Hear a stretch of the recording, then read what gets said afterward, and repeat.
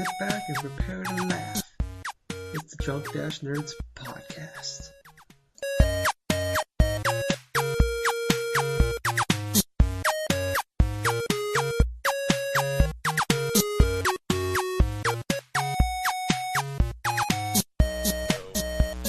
Okay. I'm recording. I'm recording. Alrighty. Starts with the countdown, Knuckles? Okay, you want to go 5 or 3? Nope, 6. We start from 6. 6? Really? You guys, yeah, because we're bigger than the big boys, remember? Well, I read on an internet tweet that the pro tip was clap to use your sync. That's stupid. Yeah. I don't like that. 6, 5, 5, 4, 3, 2, 1. What episode number is this? 26? 26. Yes. The Return of the Sith Lord. I like how you use Sith Lord opposed to fucking Jedi Knight. I like Sith Lord better. Yeah, Sith for the win. Welcome everybody to episode 26 of the Drunk Dash Nerds podcast. I am your host for the evening, returning from my sick vacation, Knuckles, and I'm tired of this already. Alongside me, we have our usual cohorts, Gingerboy. Hello. Not the DJ Gingy that's on our YouTube channel. No, the good one. I have to agree with you right now. But I'm trying to I'm going to get him trained. Can you get him a mic too? That'd be great. I can only do one thing. Because I don't really like to listen to someone breathe really heavily into the mic. Well, he's a dubstep DJ, so he doesn't really have to have a decent mic. Okay. And also with us, we have the Jack of Hearts. How's it going, Jack of Boy? Oh, man. Going pretty fun. Going pretty good. Busy day. Let's just get going to it. Yeah, buddy. Okay. And we have a special guest with us from the Big Red Barrel. Vincent Knit, a.k.a. also known as the Wacko Specialist. What do you want to go by? Vincent is just fine. It's Vincent? all good. Okay. Yeah. Can I call you Vinny? Sure. Can I call you my... fuck it, I just screwed it up. You screwed your own joke. Can I call you my cousin Vinny? Classic Knuckles. Are we related No. at all? Probably not. Then sure. I don't care. Whatever. Whatever you want to do. Alright, so how you doing? Give us a little... I'm doing very good. Thank you very much for having me on the podcast. It's cool. Thank you. I'm doing good though. Excited. Alright. Give us a little bit about yourself. Okay. I am a writer for Big Red Barrel. I've been doing that for about a year now. I really have a really boring life, and all things considered. But no, I guess when it comes to the Big Red Barrel stuff, I mostly do sort of editorials, things like that. Mostly my backlog series, because I have such a terrible playing habit, and I have an even worse spending habit when it comes to buying way too many games and never finishing them. So Me and you have that in common. oh, word, son, you know how it is. Somehow you have more games than you have money. Yeah. And you never play half of them. I never do. So that is why I sort of started that series, to give myself an excuse to play these games. And so far it's been working out. That's good. So far so good. So, Very nice. what have you been recently playing since forever? Oh god. I recently finished Grand Theft Auto 5. I thought that game was okay. They're basically, not to spoil it, but there are Go ahead, spoil there's a choice at the end of the game. There is a choice, and I picked the most Grand Theft Auto ass choice I could probably make. And then when it was over, I'm like, well, that sure ended the way a Grand Theft Auto game usually ends. And then I proceeded to not touch it ever again. Alright, let's go ahead and spoil it. Which choice did you make? So basically, you get the call from, what's it like?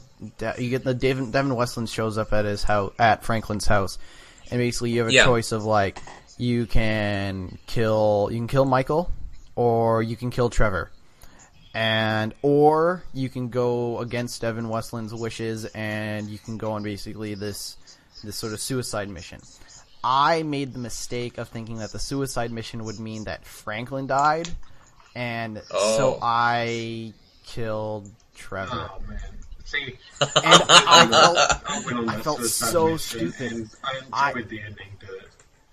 So that's why I walked away from Grand Theft Auto 5 feeling like, well, that was an awfully Grand Theft Auto 5 ass thing for it to have me do, not realizing that the suicide mission would mean that everybody gets to survive all happy and things like that. You should either watch the ending or go back and play it. I was thinking about it, but then I was just like, I'm good with not playing Grand Theft Auto 5 for the foreseeable future, because as much as I enjoyed it, like, the gameplay is such a means to an end that going back and having to see the other story part that I'm not even going to get to live with in terms of choice, I just said no. I'm like, I'm good. I understand that things are happier the other way, but I'm good with having Trevor be dead, except for the part where the way you go about killing him is super shitty. It's just, it's so lazy. It's so bad.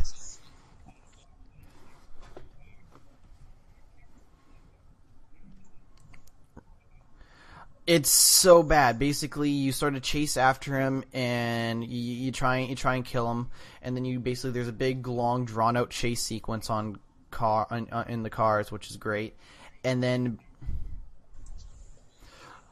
Yeah, he's just constantly screaming "fuck you" while you're chasing after him up into the north, which that was good because I'm like, well, he has a right to be mad. All things considered, he deserves, this opportunity to curse as much as he wants because I am trying to smoke his ass. So, yeah, exactly. But you actually, it's actually just Franklin that shows up. So it's just you as Franklin, you show up, right? And then once he starts, driving off and you have to chase after him, then you give him a call, you give Michael a call, and you sort of meet up. And what ends up happening is Trevor crashes into like this sort of big oil container. And there's no like fire or anything. He's just sort of laying on the ground, just like, fuck you, just shoot it, like do whatever you got to do or whatever. I hate you both. I'll see you in hell. And Michael's there, right? And you just have the choice to pull the trigger. And I'm like, this ending sucks already. I'm not going to pull the trigger. And then if you wait long enough, Michael grabs it and he shoots basically the gas, and Trevor gets set on fire and dies. And God! And it fucking sucks. It was such bullshit. Like, ugh. Dude, if you think that's bullshit, though, you should have seen like the ending though for like, say, when you try to kill Michael and stuff. Well, basically, you do this almost like the exact same type of chasing sequence, right? But instead of him crashing inside like a propane tank, you're pretty much chasing him on top of a water tower, and he just pretty much falls off the water tower, just goes splat. Like, when it came to my choice, like, had I have known that the suicide mission was going to end the way it did, I would have picked that one. But choosing between Michael, I just thought, like, Trevor, who's the bigger piece of shit? And Trevor is the bigger piece of shit out of all of them. He just seemed less redeemable than Michael, even though his family, I would have had no problems killing all of his family members. Yeah, like, no problem, right? But, oh my gosh, yeah. Trevor was just so unredeemable.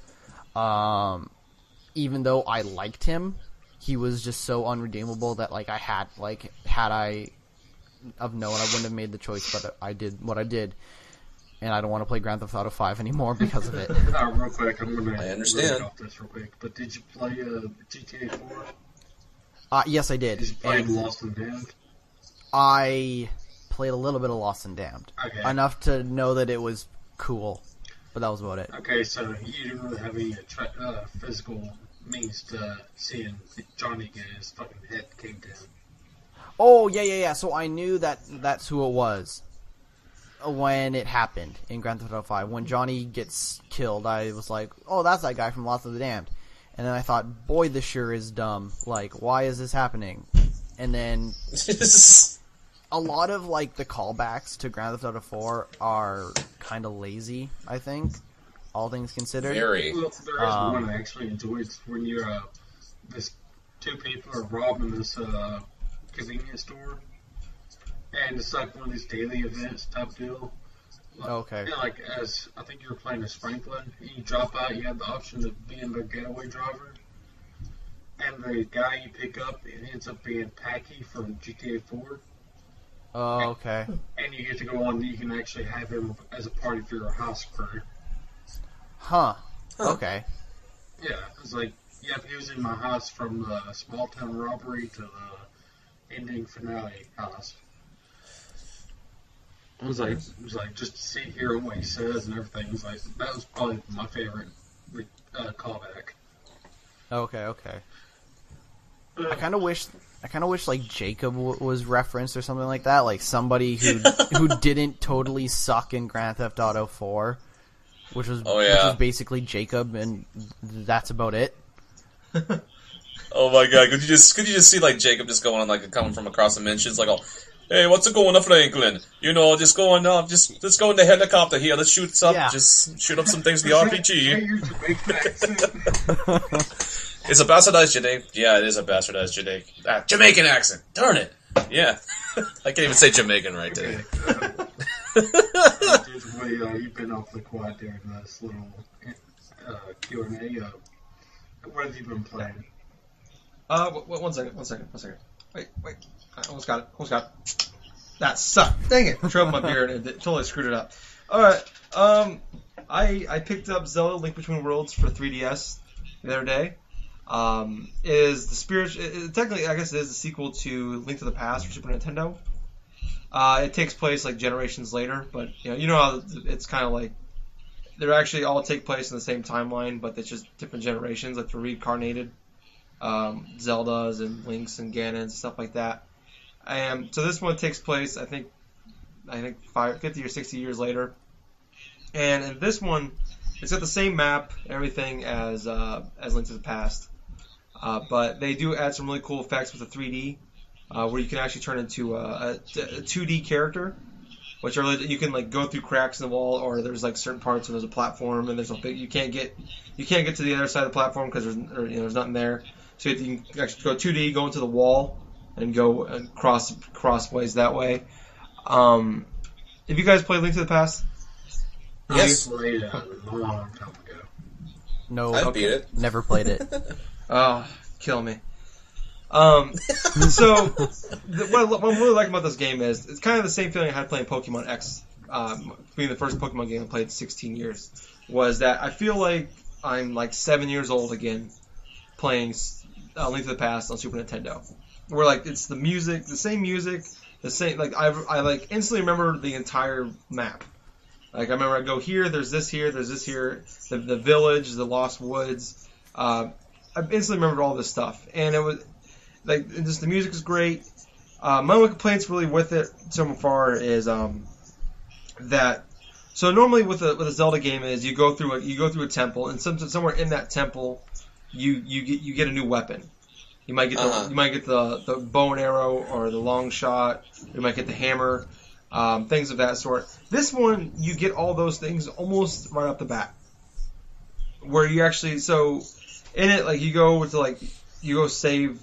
You get the sword. You gotta go give the sword to like you're like the black, like the son or like the friends, the blacksmith's son and friend, and like one of the guys like gets his sword worked on. He leaves it behind, so you have to go find him. And you go find him. He's being attacked by the main bad guy in the game, Yugi or Yuga. Y-U. Yeah, I know it's weird.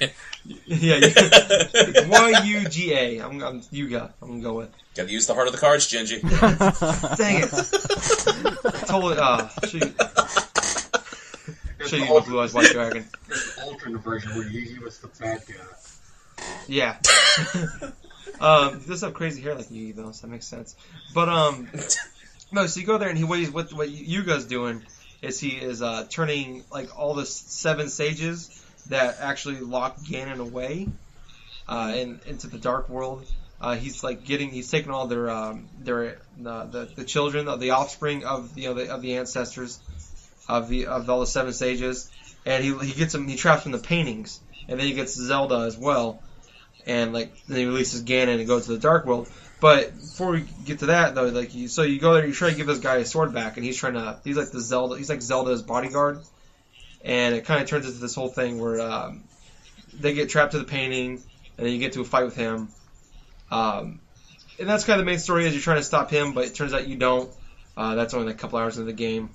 You end up going into the dark world. It kind of follows the same events, really, as Link to the Past, where there's 3 temples you go through in the light world. Then you go to the dark world, and there's 8 temples you got to do through there.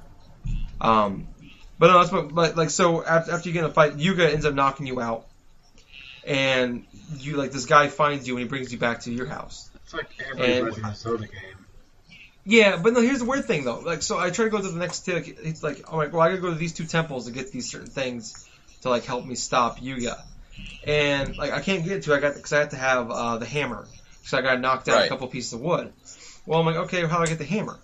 And so I walked around the entire map for 20 minutes. I went just walking. He's like, so the guy that found me is still in my house. He asked if he can stay there for a little bit. I'm like, he's like a traveling salesman, and I'm like, that's fine, whatever. And then I just went right back in there, and he's got all these things on the table, all the weapons on the table, and you can rent them. And so pretty much right off the bat, you buy all the weapons, but if you die, you lose them all, and you have to re-rent them and repay for them. Damn. Which is a big deal because I haven't died once yet. But I just thought that's my one complaint. That's my one big complaint with it. It's just the fun part is, because they don't tell you that you have to go to the house to get the stuff. And the fun part of the Zelda games is going through the temples and unlocking the new weapons.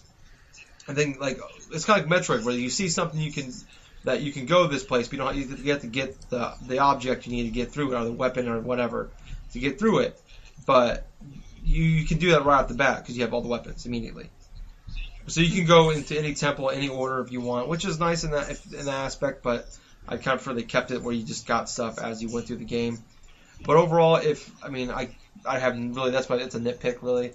Overall, though, I would say if you are a fan of Zelda and you have a 3DS, there is no reason why you shouldn't have this game.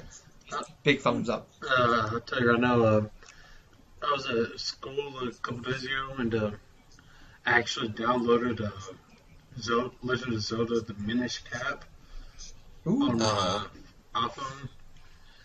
And it's start off the same way as alright, you're the blacksmith's son or whatnot, and it's alright, escort Zelda to the festival and help deliver the sword to the guardsman. Pretty much, they all start off the same. Yeah. I believe Link to the Past starts off the same way, where you're the blacksmith's son or something. You gotta go give him. He disappears and or something. You go find him. You find him. He dies and he gives you a sword. It's you have to go to the festival. You have to go to the castle. Follow Zelda because she won't stand still for a fucking minute. Which explains why she gets captured so fucking much. It's you go up to the castle. You get the guy pops out, supposedly won a competition for the sword. To touch this legendary sword that sealed away in darkness long ago. And he does it, he turns everyone into stone. He turns Zelda into stone, and Link jumps in front of him. He gets knocked out and wakes up in the house. Yeah. I was wow. No. Oh no, so I remember what I was going to say. So what I like about this one is the fact that the controls it's all on it's A, B, X, Y. Because one of the reasons I hated the ones on DS. I can't remember what there's the 2 on the DS. One's it's basically the sequel to Wind Waker, and there's another weird one where you're on a train. I can't remember. Phantom Hourglass is the Wind Waker sequel, and then there's the other one. Spirit Tracks. Yeah, Spirit Tracks. And what I hated about it was this is back when the DS was sort of new still, so everything had to use a touchpad. And so if you wanted to move around and or use your sword, you had to use a touchpad for all that, which was just awful because your hand would block half the screen. So that just caused issues. So this one, it's just it's just a regular. You use the analog stick and the ABXY, then the left trigger and right trigger. Oh, that's cool. Yeah, so I think they figured out from the mistakes there that no one likes that. So. let's go that there. That's all I've been playing. What have you been playing, Jack? Well, before I get into the main thing that I've been playing, I'll just wanted to bring it out there that I recently repurchased PlayStation Vita after having really bad cravings of having want to play Persona 4 Golden again. Yeah. So yeah. So. Oh my god. So basically, I played a little bit of Vita games here and there. I recently got to try out Hotline Miami for the first time on the Vita. Had some headphones on. I'm just going through the first couple stages. I'm thinking, oh my gosh, this thing. The music is just so tense and stuff. Yes, it is. It just gets you. It's just kind of crazy, kind of a creepy way. Here you are, you're just inside the freaking one of the animal masks and stuff. You're charged to try to take out all these random thugs and stuff in a specific order. It's really intriguing because you have to memorize specific patterns and stuff. You got to knock out this guard. We got to wait for this guard to cross or something like that. It's really cool in a certain way because you're just trying to recognize particular patterns of where the thugs are going to be at, try to knock them out, try to do this and that. I love the music. I love how nostalgically creepy it is because you have the type of music you would have maybe for the Super Nintendo or maybe some parts of say Genesis maybe, but it just collaborates in sort of kind of a creepy type of atmosphere, which I'm totally digging at the moment. But I only played about a few missions or so of that. But what I mostly wanted to talk about was the main game that I've been playing is Persona 4 Golden. Dude, yes. Let's talk about it. Persona 4, greatest video game ever made. For Persona 4 Golden, I purchased it before, back in December 2012. Playing through the game for about 96 hours for my first playthrough. That's it? I really enjoyed that whole world, the whole characters, just everything about it. And so, once I sold off my Vita and stuff during last July to try to get other types of things as I was lacking funds, I picked it up once again. I just started it yesterday, a couple days ago actually, and I'm already about 5.5 hours into it, and I'm just remembering all these various little key moments, all these various little plot moments, the character development stuff, because right now I'm thinking that I'm going to try to get the platinum for this Persona 4 Golden now, because I'm just so invested inside actually taking things in a different way that I did originally. Because obviously you're playing through Persona 4, you don't know what's going on in the story, you don't know how you're going to create your personas, how you're going to fuse them, what skill cards you're going to use, or what type of quests you have to complete first, or what social links you have to level up to try to strengthen this persona, or so on and so forth. So basically, how this game starts off is you're basically a kid that goes to live with your uncle and your cousin because your parents are overseas working and stuff like that. So, and while on the transport, from the train and stuff, you have this little crazy dream where you're inside this limousine and you have this guy with a big nose and his assistant just talking with you. So you have the guy with the big nose, his name is Igor. He's presenting you with all these random little tarot card little drawings and stuff, predicting oh, you're gonna have a major catastrophe where you're gonna be at and stuff like that. And so you get to the town, meet up with your uncle, just a bunch of days just start rolling on by. And then all of a sudden, it's you're thrown into this murder mystery because there's all these various little, accidents, little murder things that have been happening as a result of, just randomness, around town. And then it's a night later, you check out your TV, around midnight, and all of a sudden this thing called the Midnight Channel pops on. Because previously you were hearing, rumors and stuff from some of your friends, so you decided to check it out, and all of a sudden you see people's profiles and stuff being on the TV. Then the next day after the fog lifts, their bodies are discovered and stuff. But that's pretty much what little start that I've done with Persona 4. I mean, right now I'm starting to going through the dungeon to try to face off, let's try to save Yukiko Amagi. Mm-hmm. So I've already got I've already got about maybe 7, maybe 9 or so Persona things. I've just fused a bunch of them yesterday. But the thing I can really say about this game, the music is very awesome. It's very key. It gets you pumped. It's amazing. It's so good. I mean, you can't really appreciate it until you're just you're just doing little things, like say you're doing little tasks and stuff, helping out a friend, hanging out with somebody, or doing a part-time job, or maybe even like joining little sports clubs or whatsoever. But the music's just really fitting. It just gets on you. And that's really important. If you're playing an RPG for hours on end, the music has to be enjoyable enough to where you want just to sit down, listen to it, keep on listening to it. Add on top of that the story and the gameplay, which, you know what, I am not really much of a fan of like the dungeon like type of like RPGs where you got to go to this dungeon, defeat some random monsters, advance to the next level. But the way the Persona 4 is set up, you have a bunch of various things that are going to help you that seem like they're going to be a little bit easier. Like, you got your friends that you can command and stuff to take out these monsters. You got all these random personas you collect, different elements, defeat different creatures. It's pretty much like the total package. And really, I'm not too sure how long I'm going to be spending on this game, but I know I'm going to be hooked for a while. So here's the fun thing. I actually have, you know, the music that plays at the start of every new day?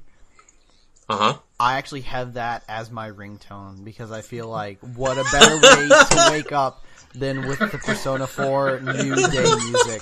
I'm not even joking. That is so funny. Yeah. Also, at one point, I have there's this because you know how weather plays a big part of the game, like.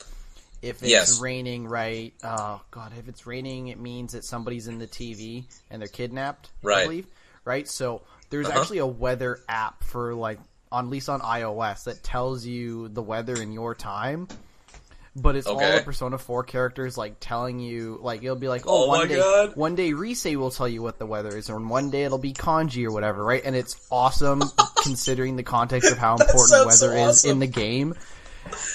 It's so man, awesome. I can just hear it just waking up in the morning.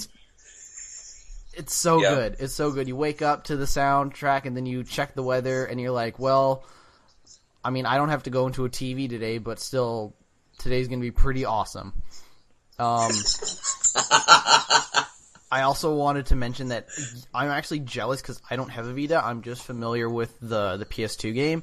And I know the Vita has some extra scenarios in it. Oh yeah. I know on the Vita, there's a ski trip, I guess a school goes skiing one day. Yes. And I'm like, that sounds awesome because I would love to see what sort of nonsense they come up, trouble they get up to. Because I know when they do I know that trip where they go into the city and that was pretty good. And Teddy follows them into the big city. That one was pretty good.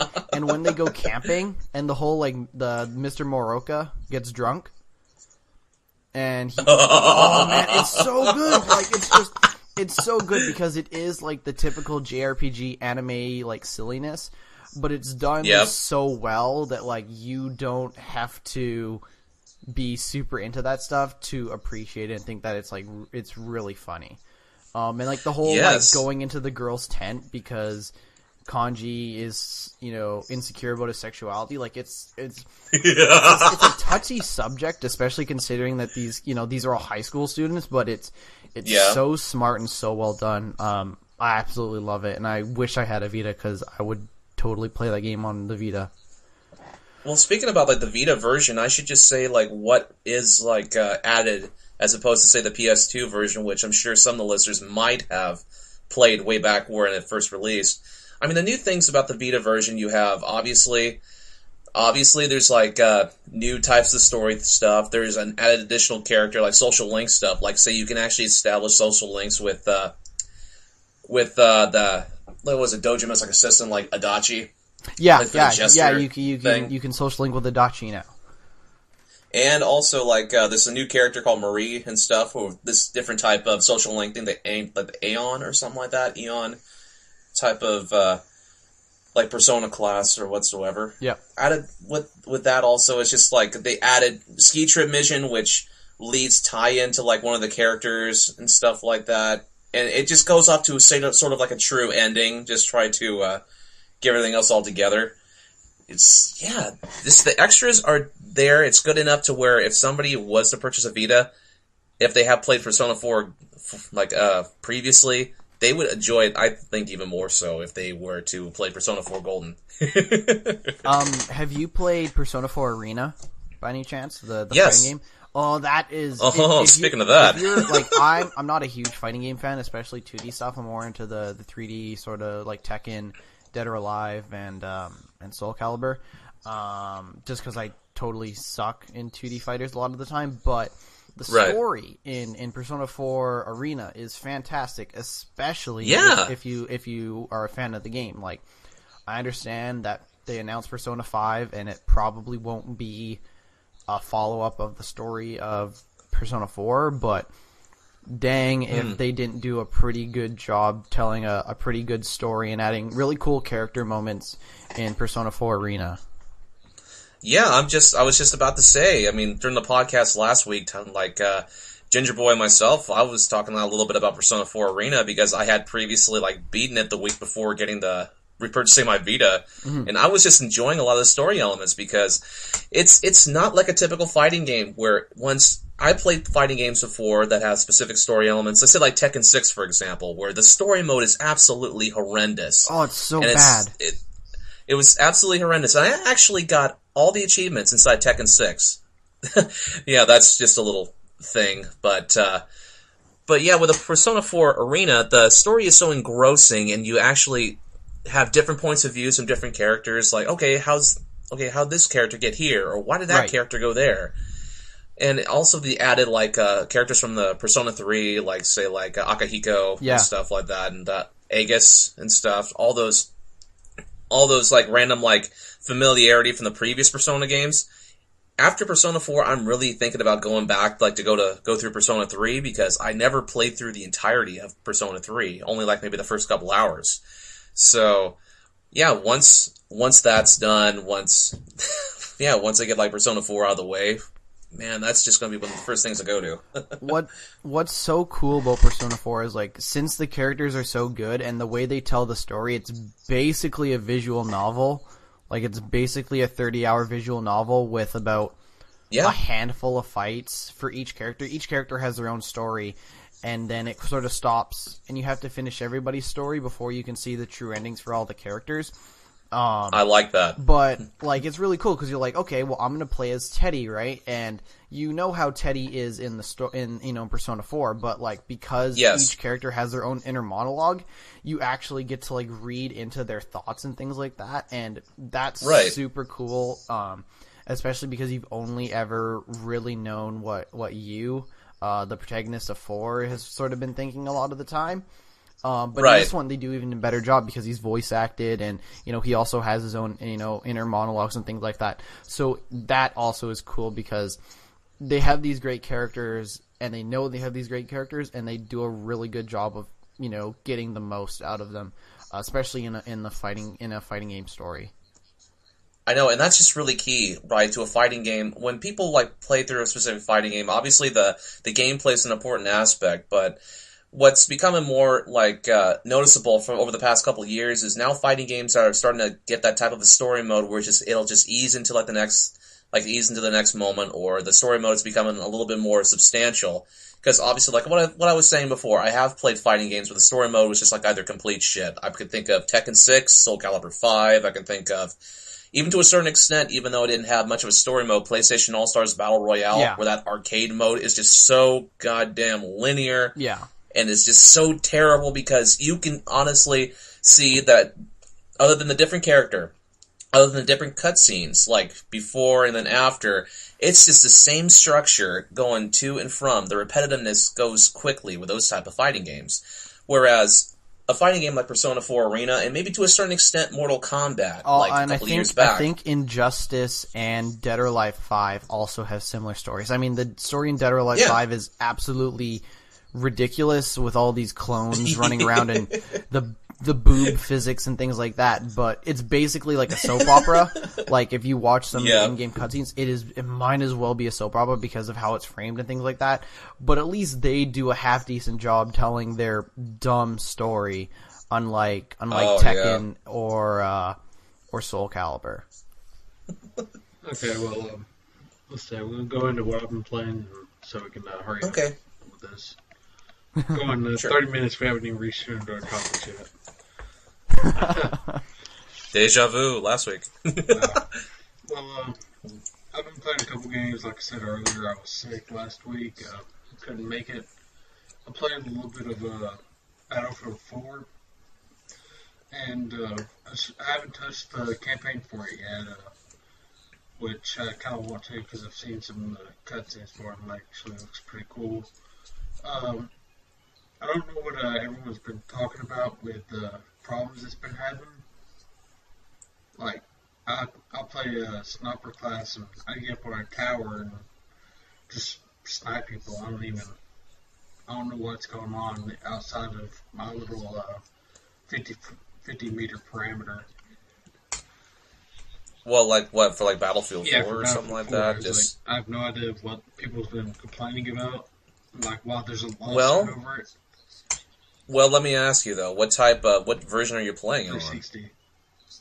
You're playing on 360. Have you encountered like a lot of like maybe connection issues or like drop games or? I get in perfect, leave perfect. It's no real problems for me. But just came out. We're talking about. I did pick up on Black Friday. Naruto Shippuden Generations. So and so. Some stupid edition name. And what it gets from it is you can play as the Shippuden characters, or you can play as the young version characters. And basically what it goes down to is it's an abridged version of their story. Like in other Naruto games, you go from the very fucking beginning. Oh, yeah. All the way to the current gen. It's like this time with all the filler. Which for Naruto is a lot.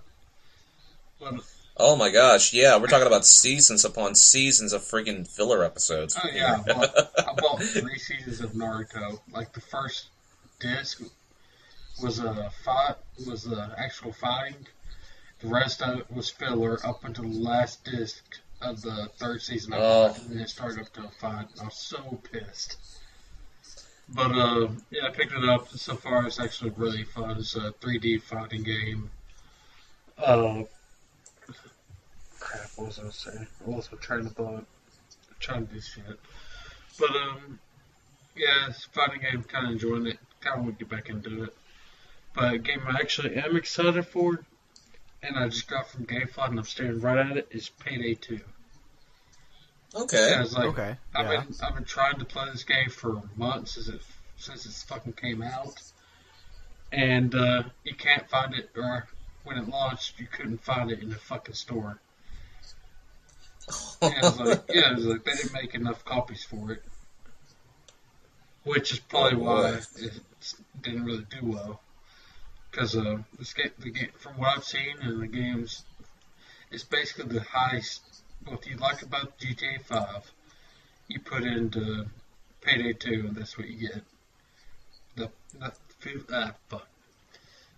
Nothing but heist missions. Heist, yes. First person mode. And I can't wait to get into that. But let's go ahead and move on to our topics. Alright. Let know, Vincent, if you cuss or not, you can feel free to do whatever the hell you want. Say whatever you want. Okay, good. Oh god, I lost the topics. Wait, no, I see them. Alright. Okay, well, first off, the VGX was last Saturday. We're going to be going into that. Oh, yeah. And something happened. Normally it was hosted on the Spike channel. It was actually an online awards show this year. And unlike any other award show, like there was no audience. Like the audience was the people watching online, yeah, the theater and whatnot. So yeah, you can already tell it's like, okay, it's no big deal.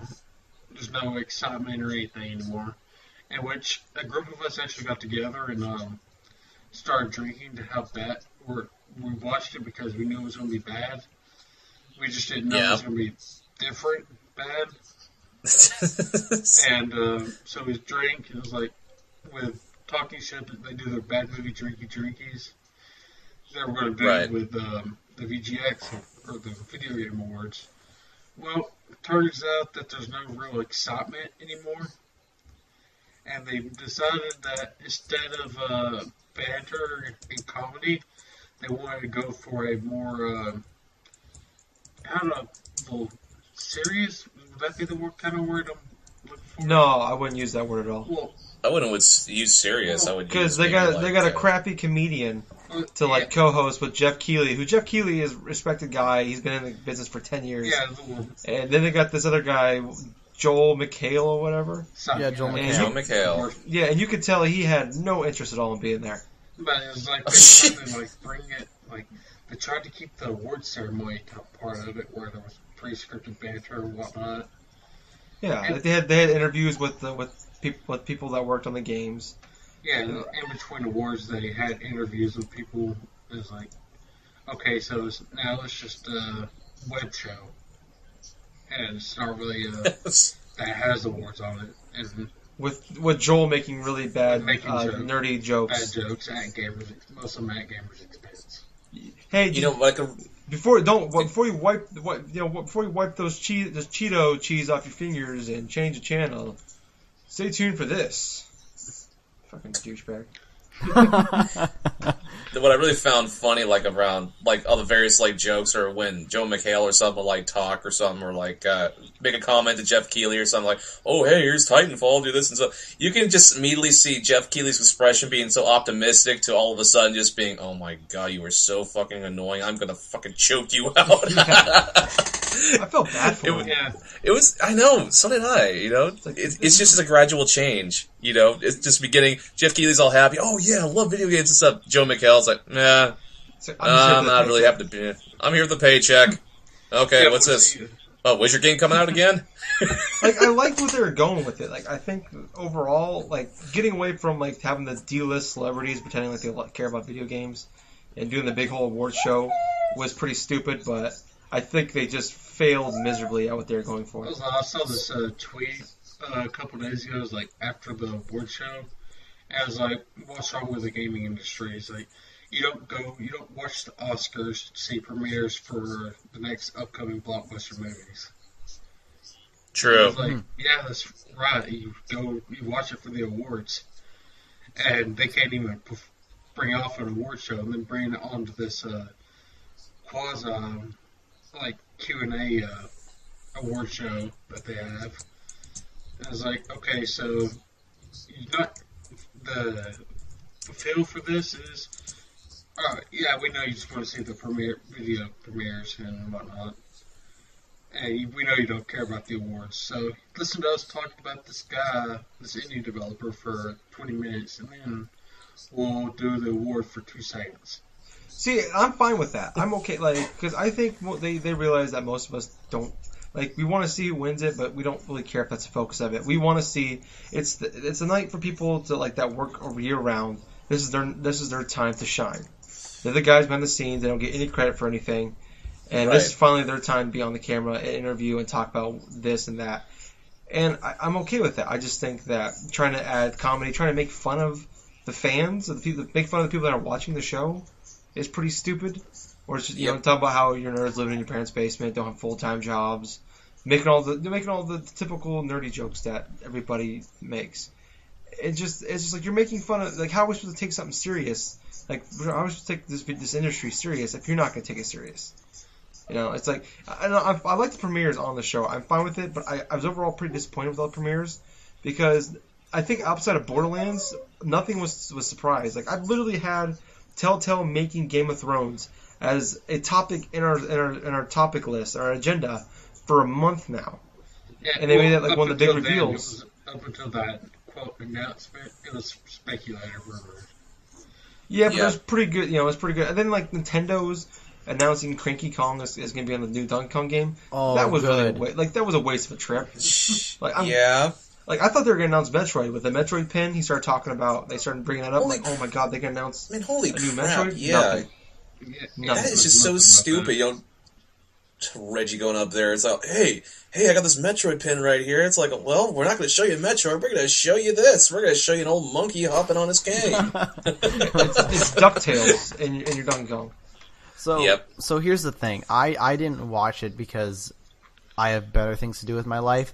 But when it comes to Joel McHale, I believe he has done a couple of the Ubisoft E3 press conferences. Okay. Meaning that I think he actually has like a semi-interest in games, similar to like how Aisha Tyler has an interest in video games.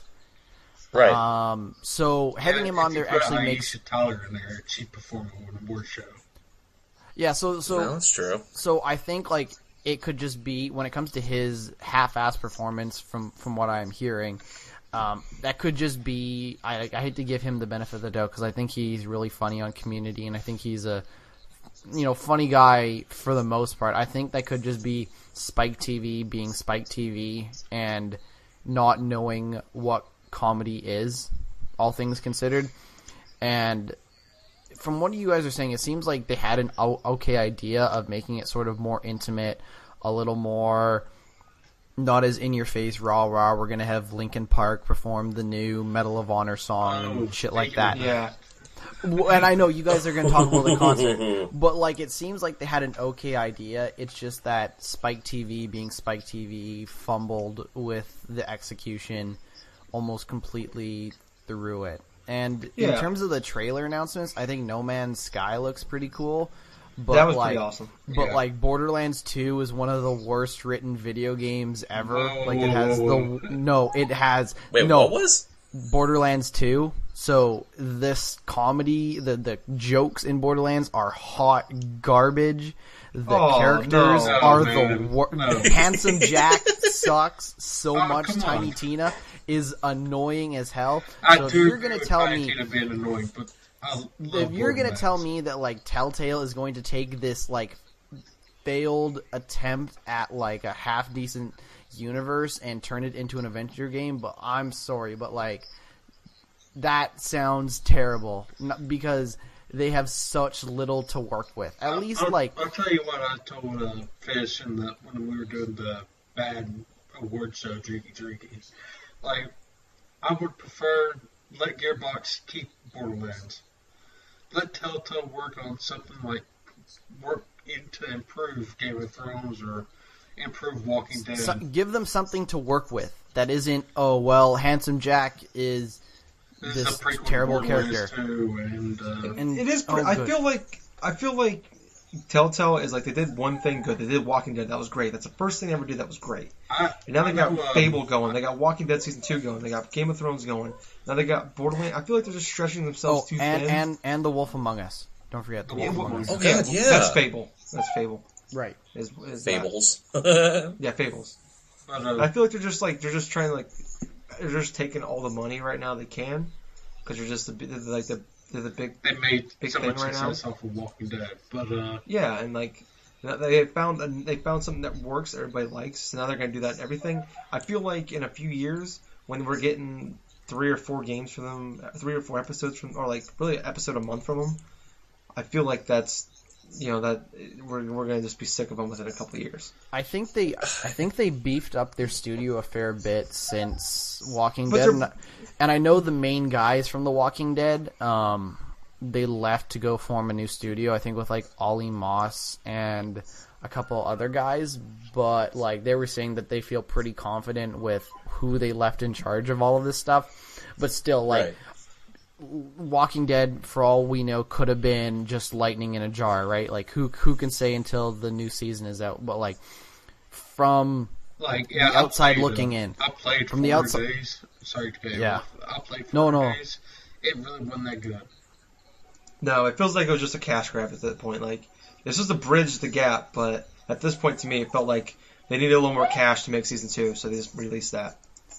Right, so, and from the outside looking in, it can seem like they're just spreading themselves too thin.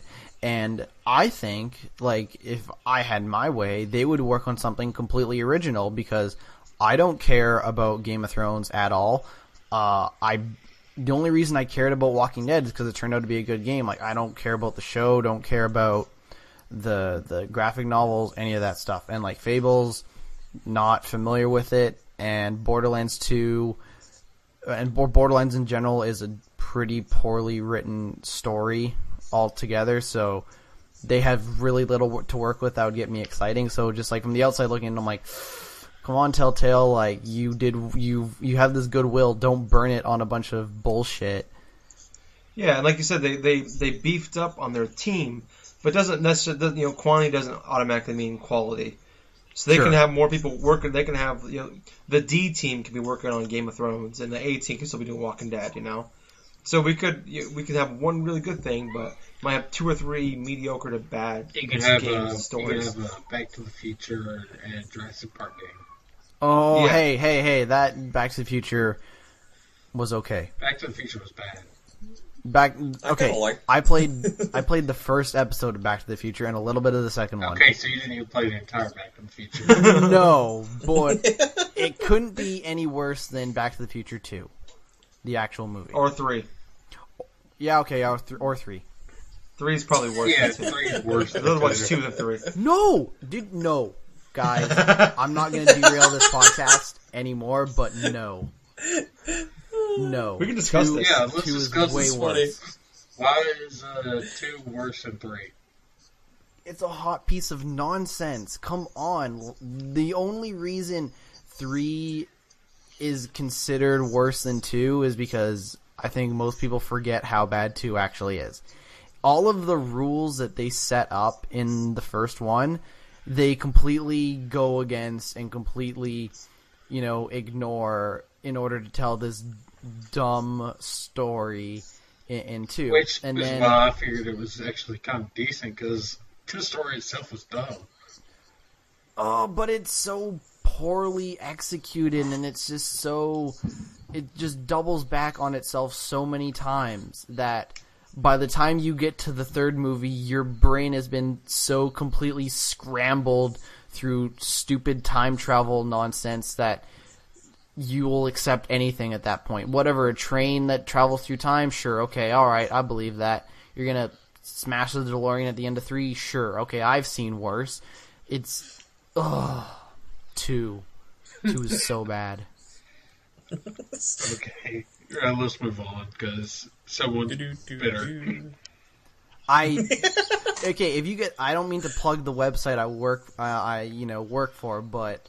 the Big Red Barrel Flicks did a talk about the Back to the Future trilogies, and they were absolutely right about 2. Basically, everything that I said, they said in about 4 hours.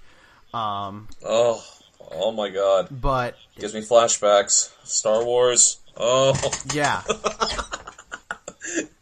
But, fuck Back to the Future 2. Yoshi made me hate one of my favorite games of all time 2 weeks ago, so... Well, he does that a lot. That's just Yoshi being Yoshi. Halo 3? Are you talking about Halo 3? Yeah. It's like, no, because here's why you love Halo 3. I met some really cool people. When it comes to Halo, I met really cool people. Yoshi. That's the reason why I like Halo 3. Yoshi being Yoshi. Oh, Yoshi will play Halo. He'll play it. He'll play it, but he's gonna hate every last moment of it. Oh, I was actually talking to him, when Halo 4 came out. Yeah. I joined a party with Dave and Yoshi and a few other people.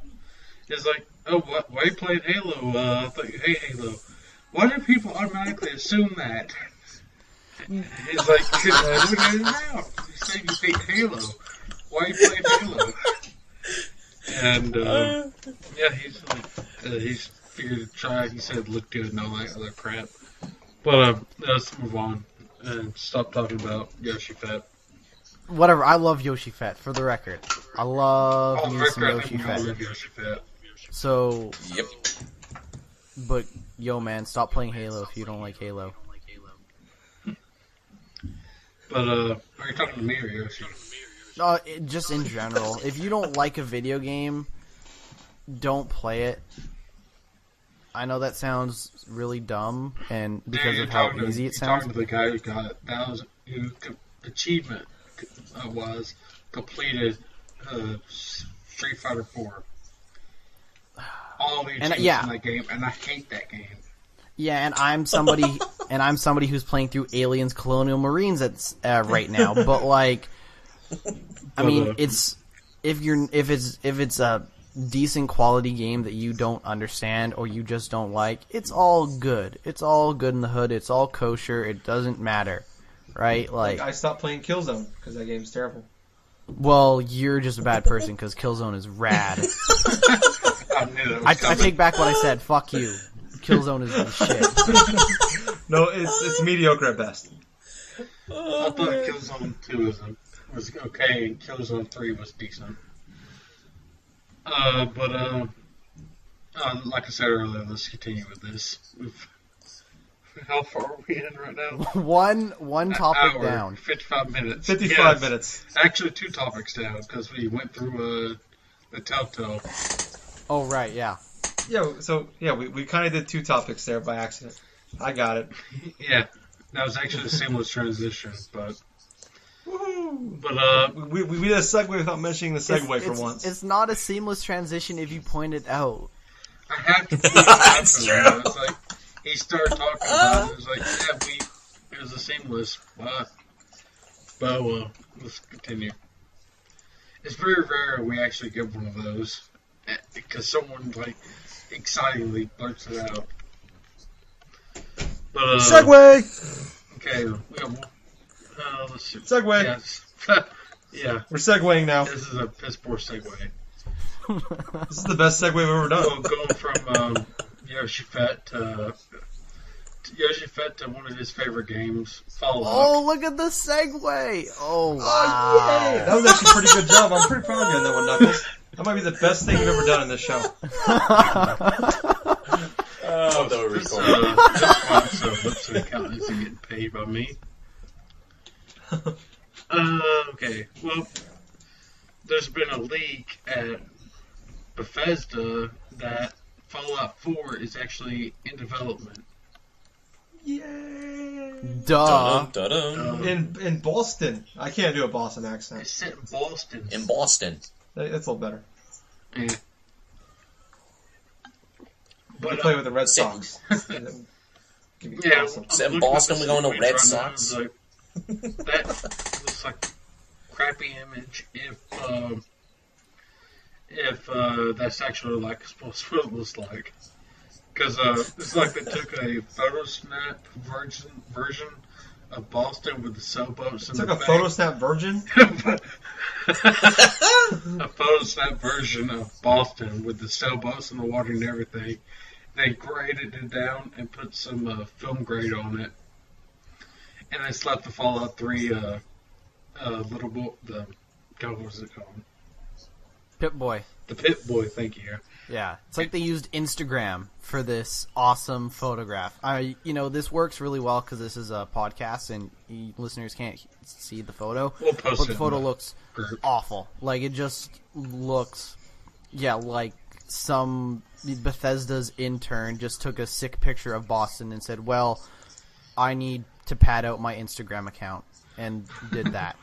Yeah, I was like, okay, this is post-apocalyptic. So let's go put sailboats in the water.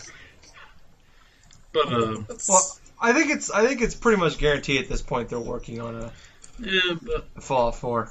I mean, why wouldn't they? It's made a lot of money. It's considered one of the best games of the past generation, I guess. And I mean, why wouldn't they make another one? I mean, they just did it. They just did Skyrim. They did Elder Scrolls. They made a game. So like now, I think they split it up. They would do Fallout. I think there's people out there that want Fallout 4. I want Fallout 4. I'm fine. I'm fine with being in Boston. I don't know where else would you rather them go. It's like, what are you going to do? Colorado?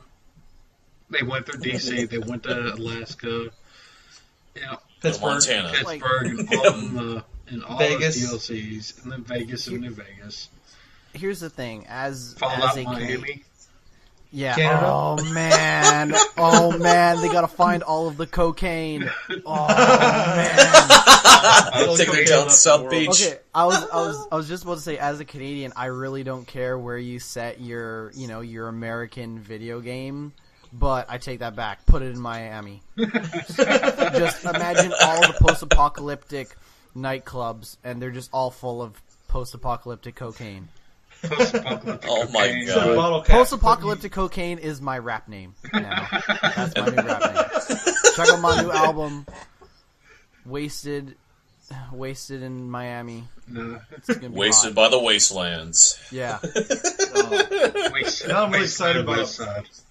Oh, Wasteland Story. Yeah, the West. Yeah, oh, that's right. nice. I like that. Yeah. Yeah. All right. Alright, so you wouldn't want to be a Canadian. You wouldn't want Fallout Toronto. No, because Toronto already looks like it's in Fallout, so it's okay. At least here in Vancouver, like, yeah, that's right. That's right. I said fuck Toronto. No, Well, but at least crazy. yeah, that's right. That guy's gonna start a nuclear fallout. Good God. Oh, Rob Ford? Yeah, Rob. Oh, I can't believe. Man, I wish he was my mayor. No. Here's the thing is, like, I live in Vancouver, and our mayor is actually way worse because he's evil. Like, Rob Ford is a danger to himself. Our mayor is a danger to everybody else. He's fuck Toronto, but Rob Ford is okay, I guess, as long as he doesn't do anything dangerous to the poor citizens who have to live under his tyrannical rule.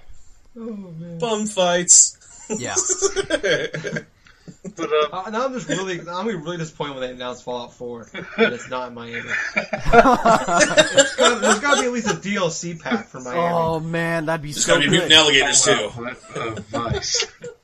I'm gonna call somebody in Bethesda and give them your number, Vincent. Yeah. I have all these ideas. Like, Hey, I came up with what if Miami. what if Skyrim was just a ripoff of Warhammer 40,000? Think about it. Well, And there's yes. this, there is this idea I want to do, and I'm partially through with the script, but I want to make it where where each player starts out in Skyrim, Yep. and he's having a horrible fucking day. He's like, he loses his job at the blacksmith. He comes home early, finds out his wife's cheating on him. With an ogre or something. I'll probably make it a giant. A giant. I'll probably make it a giant. Oh yeah. So we went with an ogre and a giant. You know what they say about giants? Really small dude. Yeah, the smallest dicks in the world. Who knew? Giants. But they really know how to work that club. But What is happening to the show? I don't know. But It's like Way to go from video games to ogre dicks. I mean, come on. it just sounds like we just took a bunch of post-apocalyptic cocaine, and now we are on the wildest trip. That's the title for the show, everybody, right there. Post-Apocalyptic Cocaine. That's the title. One episode, and Vincent's already got the title. Oh, I'm never gonna be invited back ever again. actually, You're a permanent host now. Oh, good. But Post-apocalyptic P for short. That's my rap name. Post-apocalyptic P. But he leaves his wife, lets the wife have the house and whatnot. He goes to this inn. He falls asleep. You know how you have that little sleep counter, like sleep for 24 hours. I'm going to have a cut sleeping for 24 hours, sleeping for 23 years, or 23,000 years, and it's going to end up in Fallout. Oh, shit. That should be a DLC pack for Skyrim. Yeah. I would actually play that, unlike Skyrim. So Is that a mod or a Steam? That's got to be a mod. Where you can wait 50,000 years to get into Fallout. Yeah. Oh yeah. Plug will get on that. Make it happen. He's not listening. Yeah. Tell Sam to tell Plugal. Sam might listen. Probably not. But yeah, this podcast is going off the wall. That's fine. Yeah, which actually might make it good for once. It's always good, because I'm always on it. What are you talking about? Okay, well, we went into that whole Fallout rant. We really didn't talk about Fallout 4 much, but it's a rumor game, so who cares? I care. And moving on from one developer I don't care as much now, because it's not going to be set in Miami, so... Sorry for Whatever. ruining your expectations. I'm sorry. Well, talk about a possible next generation game. Let's move on to the Xbox One. Okay. Turns out We have that to. there's an idiot that fell for a scam. Do you want me to explain this one? Yeah, feel free, because it's fucking ridiculous even for me. Okay, so I believe it was in the UK. Not exactly sure where in the UK, but this guy went on. He was trying to buy an Xbox One for his son, so he goes on eBay and he buys an Xbox One for 750 pounds American. And he gets the package, and it's just a picture of the guy's Xbox One. And what the funny thing is, though, is actually in the description on the eBay on the description. Did it say a picture of? Yeah, it said in the description. Okay, well, it said my opinion's been changed. Fuck that guy. Yeah. So this guy, yeah. So it said in the description that it was just a picture of his Xbox One, and the guy thought maybe it was just a joke, so he went ahead and purchased it anyways. Oh my god. Yeah, how in the hell do you find that it's a joke? Okay, but there's a follow up to this story. So I found that happened a couple weeks ago, and actually a store in the UK actually gave this guy a free Xbox One, and he got his refund. Oh wow! So PayPal gave him a refund because I guess it broke one of the rules or something. Because it didn't say in the headline a picture of Xbox One. It said Xbox One console, but it said in the description something different. So I guess because of that, he got a refund. And then a store actually gave him. There's a picture of him getting an Xbox One for free. Oh, that's fucking ridiculous. That's a feel-good story. Yeah. Yep, that's still ridiculous. Clearly states picture of it, and he goes, "Oh, that must be a joke." Click. Yeah. Man, I bought a TV. I was going to buy a TV for a friend, and it's a TV. It was like 19-inch whatnot TV. I was like, okay, read it. All right, the description was like 19-inch TV. Remote doesn't work, and I was like, okay, that's not a big deal. I hit whatever, buy it now for like $50, and looked at went back and was like, wait a minute, something seemed off. I've scrolled down and read the like big bold description or the big description that's in that yellow box on eBay. Uh-huh. And it said remote doesn't work, whatever the fuck it was. HDMI sometimes doesn't work. What? And for it's still getting better and better. Yeah, it was like HDMI sometimes doesn't work, it has a little loose and it jiggles. And there's a crack in the screen. I was like, what the fuck? I was like, dude, I alerted eBay and whatnot immediately. It's like, do not take the money out of my account. Because I will find, and I sent an email to the guy. It's like, I will find you, and I will find you, and I will kill you, and I will take the money. It's like he took your daughter or something. Yeah. Man. I don't know who you are. I don't know where you are. But I will find skills. you. I have excess skills. I have a shotgun and a car, and I can track you down with my laptop. And I've been playing Hotline Miami for like 5 days straight. Yes.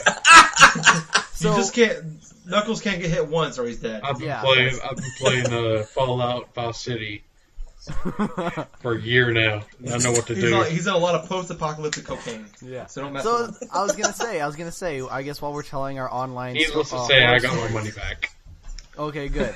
I was on the internet trying to buy some cocaine, and as I've been known to do. What was it described? Weirdly enough, when I got the package.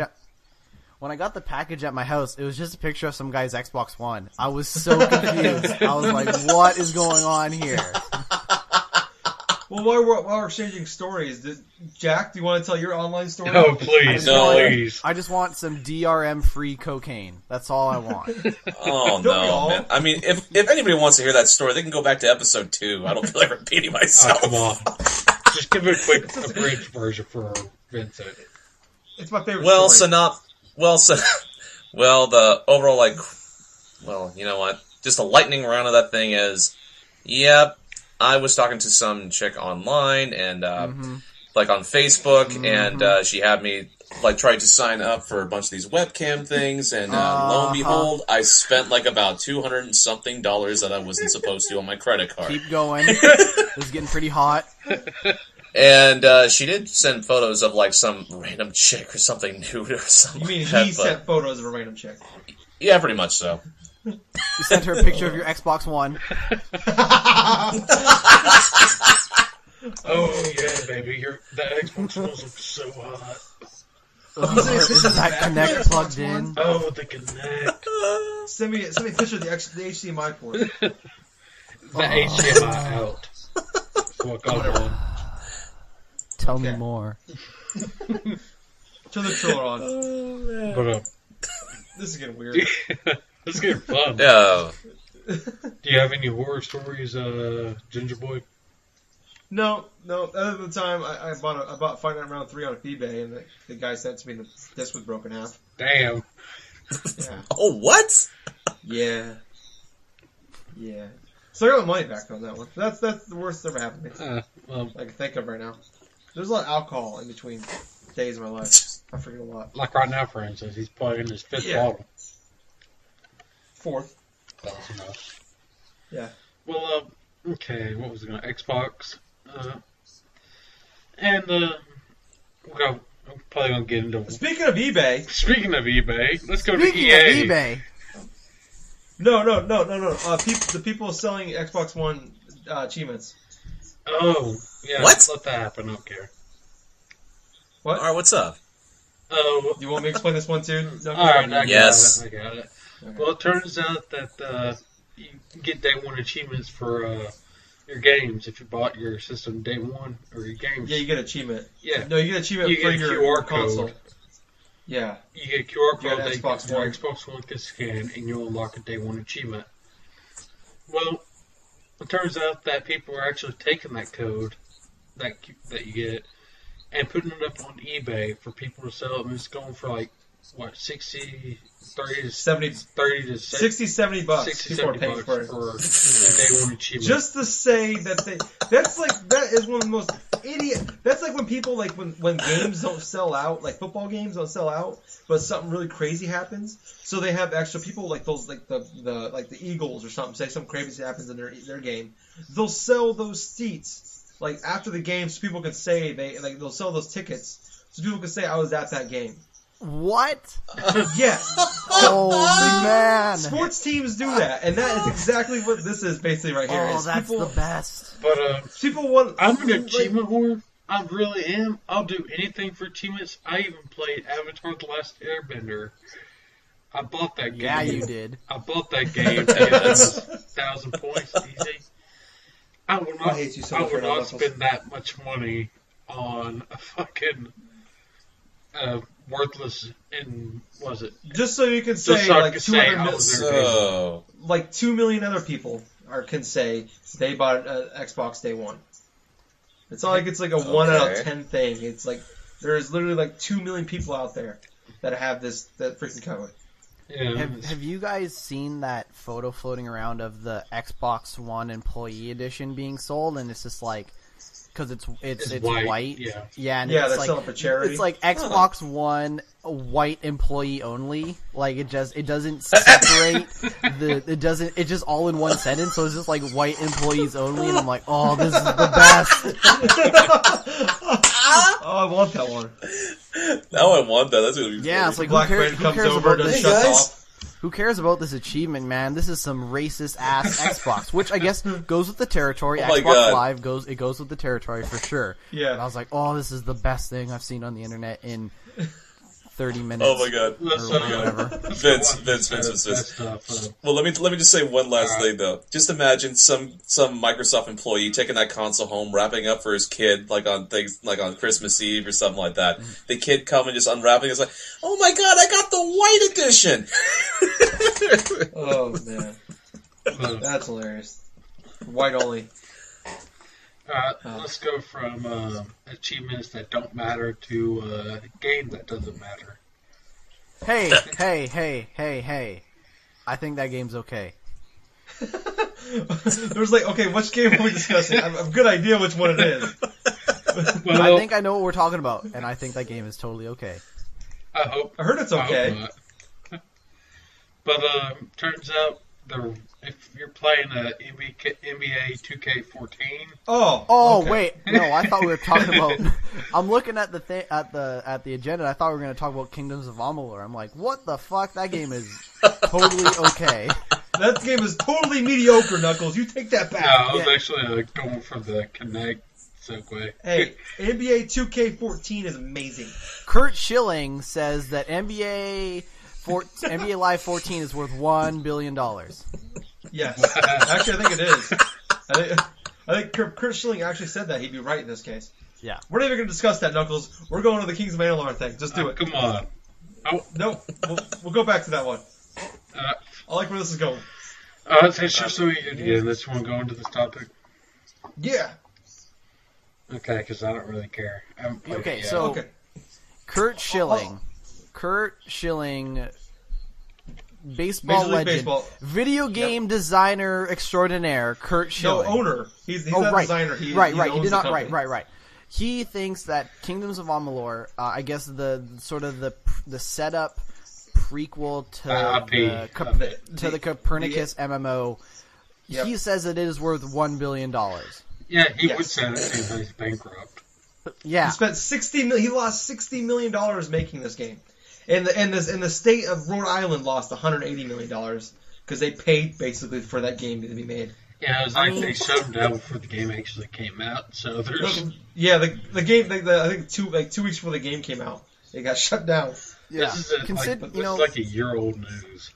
Considering how much... No, this is new, though. So. Yeah, because they're auctioning it off. I think they auctioned it off yesterday. Yeah. $23. Oh, word? Okay. Well, guess what, guys? I'm Now actually I the own... owner of I'll right now. Damn it, I was just about to say that. Damn it. I was just Drunk about to Dash say. Nerds actually pulled their money together, and we bought Kings of Amalur. You know when I said the Lipson account wouldn't be paid this month? It's because I bought the company. Or bought the IP. Well, yeah. So that was really why I brought it up, is because Kurt Schilling did an interview, and he said that he thinks that because that IP is worth over $1 billion, which that game came out, and it's the first game that Kurt Schilling's company made. I don't remember what it's called because it doesn't matter at this point. Yeah, I don't know. But GTA, what didn't GTA make $1 billion? Which the first one that did?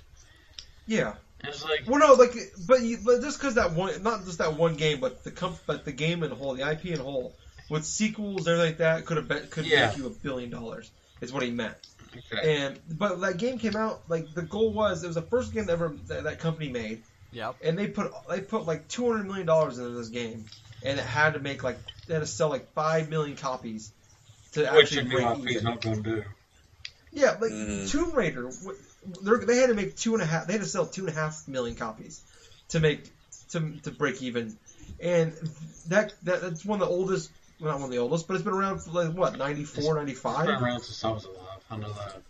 Yeah, so it's been around 15, 16 years, that IP, and that game didn't even sell 2.5 million copies. You know, it's like, why does this guy think that? You know, I understand. You know, they got a millionaire behind him. They got Kurt Schilling. These guys made like $200 million in his lifetime in the baseball world, and so he had this big lofty goal. We're going to make the biggest, baddest game out there, and it was basically like a mediocre Fable game, and that's what it ended up being. I would say it's better than mediocre. Do you have? Okay. You said call it a Fable game. Do you have a golden trail you can follow?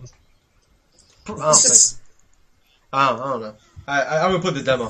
I haven't even played the demo, so. I played the demo, so I got the free gear for Mass Effect 3. That's the reason I played the demo, because you got a free outfit.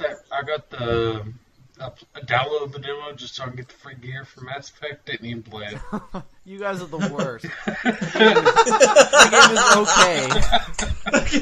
He's really upset about Kurt Schilling spent his hard-earned money to make No, this he game. spent Rhode Island's hard-earned money. Him and Rhode Island's hard-earned Rhode Island's money taxpayer. just so you assholes could get free Mass Effect 3 armor. That's a good point. Fuck. Come on. This game is totally worth $1 billion now. Yeah.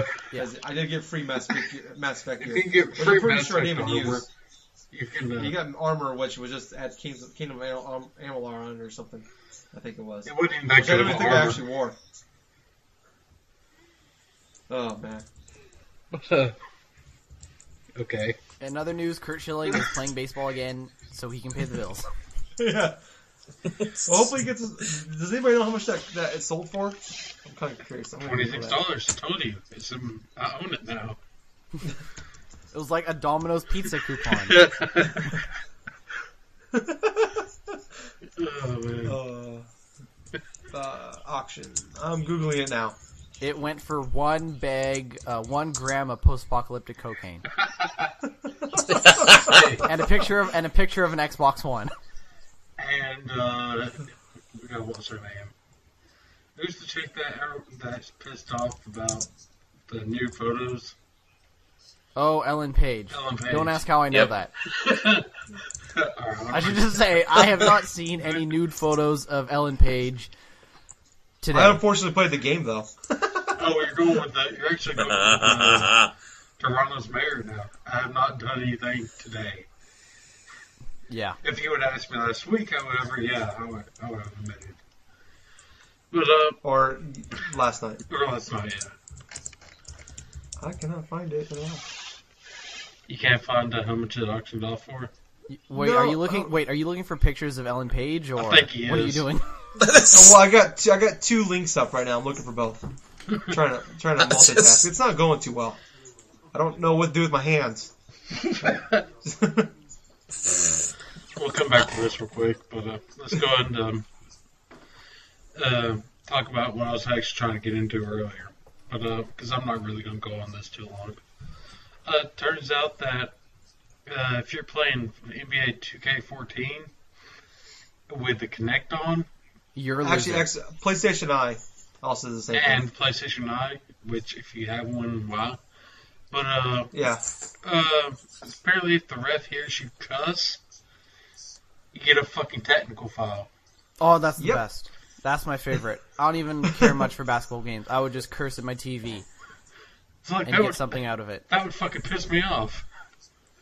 It's like you're having a side conversation, and you just slip out, damn. No. What you do is you have an asshole roommate, right? And your asshole roommate walks up to your TV and he's like, Hey, fucker, "Suck my dick!" Technical foul. Yeah, Technical technical foul. foul. It Technical seems foul. better when you He's say, He's down to like 3 guys on his team. Cause at they're that kicked point, out might of the as game. well say for the asshole roommate, Xbox off, yes. There you go. That's actually better. Oh man. Oh man, I know Okay. people that done that. Like they're recording a show and they're actually listening to it on the Xbox. And when people say that, like they have to say Xbox, they have to mute their TV before they do it because people have turned off other people's Xbox by that. Yeah. So That's real funny. quick, going back to the Kings of Amalur thing, they haven't released the figure yet of what it sold yesterday. This is Thursday. The auction was Wednesday, but they've done 2 previous auctions for it's 38 studios. They sold the computers, the furniture, and all the physical assets. bought a couch. They got 8. You got a couch. It all went for all that stuff went for $830,000, which means they only got. And they're only $112.6 million in whole still. So if you bought this the IP, that gives you the right to make the sequel, Kings of Amalur: The Reckoning, and the property rights to the incomplete multiplayer online role-playing game codenamed Copernicus. Yeah. $23, man. Tell you that.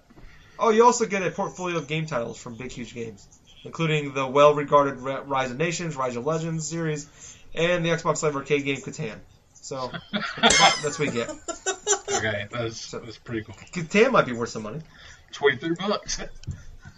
But let's see, how long are we in?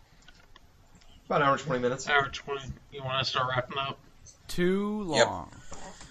Oh, no, this is a short episode. This is about average. I'm We coming. can start. I'm coming down from my cocaine trip. You better get some more. You say that, I automatically think of that part in Broken Steel. Or I think it was Broken Steel. It's the one where you go to Louisiana. You go to Louisiana. What's the difference between Louisiana and the apocalypse and not? Like, it's just a lot of trees in the swamp. It was just more swamp. There was no trees. I forgot what the DLC was, but you go to Louisiana in Fallout 3, and you have to like join this like cult. Yep. And that mission where you get stoned and you have to walk back. Mm-hmm. It's like that's what I think. It was like you're on that. all day. That's what the post-apocalyptic cocaine is. Very nice. So it's actually a real thing. Holy crap. Well, I had to Fallout 3. Yeah. Well, okay, let's go and wrap up. Okay. Okay. Gingerboy? Yo. Do it. Oh ho ho. Well, I guess now it's the random wrestler. Yeah, it's the random wrestler of the week. I got you in the cage for 3 minutes. 3 minutes. Sorry. Later. The bone saw. Bonesaw is ready. Anyway. I think we were done it. Well, yes. I don't care. It's yeah, fun to do.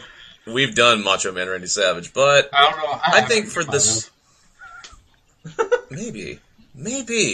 Anyway, for this week, I'm gonna go ahead and just go into a wrestler, which I think some of us would know well from the Attitude Era.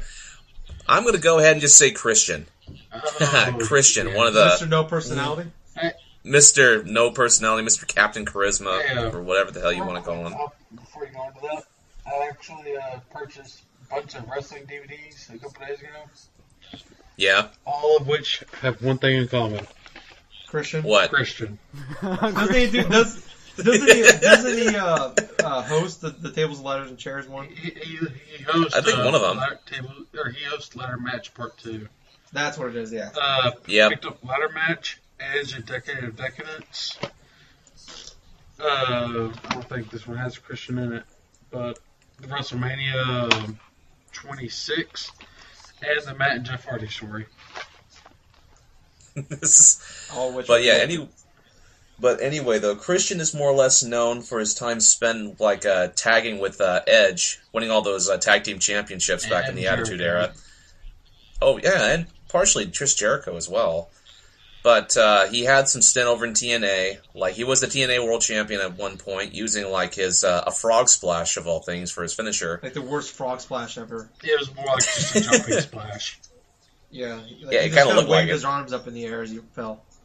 He didn't even get full extension upon say the frog splash itself. All it was just so it was like, yeah. That's terrible. Yes.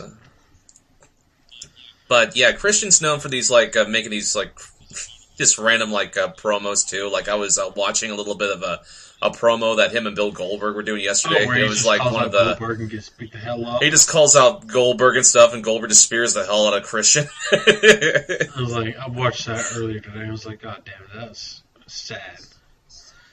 Sad though, but it's so fun just to watch his body just contort because he sells it so well. But Christian, nowadays I think one of his major championship accomplishments was he actually had the World Heavyweight Championship for the SmackDown's brand or something in WWE. Too. Don't forget about that. yeah, I'm not going to forget. He's had the ECW Heavyweight Championship. I think he's had maybe an Intercontinental Championship run once or twice. But he's mainly known for his finisher too. The the kill switch. I'm prettier kill switch. Yeah, whatever the hell he calls it. It's kill switch now. I know, it's so crazy how they changed the name of their damn finishers. Adjustment used to be an FU. Oh, I know, for John Cena. STFU turned into the STF. WWE logic. Anyway, but yeah, that's the wrestler for this week, Christian. Alright. Maybe next week you'll have a good one. Alright, what I'll is have your something problem with Christian, man? I thought this Christian, because it's so obvious Edge is better. Sister Christian. Anyway. Oh, dude, screw you. That's me stuck in my head now. I'm going to do a post-apocalyptic cocaine listening to Sister Christian now. Okay. Well, it's time to move on to mine. Let's see. Scrolling through Twitter right now. Not finding anything good. Well, let's see. Sam Wright? No, I'm kidding. Victoria's Secret. Never. Okay, yeah, you called it. I can't beat that, Gabe. Or check. Follow at Victoria's Secret. Well, a little late. They had their big show a couple days ago. Now you might be able to see some pictures after that show. Woo! But, I don't have a real Twitter follow of the week, so Vincent, what is your Twitter? Vincent? Oh, sorry about that. I fell asleep when you started talking about wrestlers. No, my apologies. What do you want me to do? What? What is your Christian? Twitter? My Twitter, I don't have a Twitter. It's Post-Apocalyptic Cocaine. No, it's at WAKKO Specialist. That which ironically enough happens to be my Wu-Tang Clan name. Did the Wu-Tang Clan name generator, and that's what came out. I just changed a letter. Specialist. I want to know what letter you changed. It was the C in Wacko. It's probably I made it a K. Nice. Okay. Because that's cool, right? That's what cool. I think it's what that's what the cool kids do now. It's like something Christian would do. This would be cool, like a Wu-Tang name specialist. Okay, well, let's see then. Fuck it. Out of curiosity, let's see what Knuckles' Wu-Tang name would be. I'm looking at I want to know about Wu-Tang names. I'm kind of upset that you actually said that. You know what's funny? I typed in Knuckles' name and freaking like the Wu-Tang generator and it said Irate Overlord. Respected Destroyer is mine. Okay, well. Oh, I like that. Okay, I'm putting it. Did you put in Jake's real name or? No, just Knuckles. Oh, wow. The Thunderous Conqueror is Knuckles. I like that. Okay, but I'm gonna have to trust you on that. That's what it says. Okay, I don't have any Twitter followers. Jack is the lucky beggar. The lucky beggar. Well, I typed in mine. It's like the smiling commander. That's not any better. I like this one better. Oh man. All right, let's end the show. 1 second. I'm trying to figure it out. Okay, since he just came off his away break, follow at Shaxter and tell him how bad his opinions of video games sucks. I can do that right now. That's harsh. Fuck everything you just said on this podcast. And now I'm never going to get invited back. Yeah. Oh, man. We can make him leave the internet for another month. Oh, no. Hopefully. Screw you guys. I'm going home. Oh, man. Fuck. That was me, Knuckles. I can't believe you said that. What? I'm sorry. I'm going to tell him you said that. I love him. Let's go ahead and end the show. Okay. Well, okay. Do the thing. Do the thing. No. Okay, fuck, what am I doing? Okay. I was Gingerboy. Oh, I was Thunderous Conqueror. I'm the smiling commander. Also known as the Jack of Hearts. And I am Vincent, also known as Wacko Specialist, also known as Post-Apocalyptic Cocaine. Go to the Bigger Barrel and comment on his articles. Yeah, tell me how bad Fear 3 is. And then I'll be like, yep, Fear 3 is not very good. Fucking terrible, yeah. Fear 3 is pretty good, though. Fear 3 is the best video game ever made. What? Anyways. Yeah. Thank you for having me, guys. Thank you. Thanks for being on. Thank you. You had me until you started talking about wrestlers, and then I don't know what happened. We only talk about wrestlers for like 2 minutes, so... That is like 1.5 minutes too long. Jack needs something to do. Yeah, we have to go. Yep. Okay. Well, good night, everybody. Good night. Row!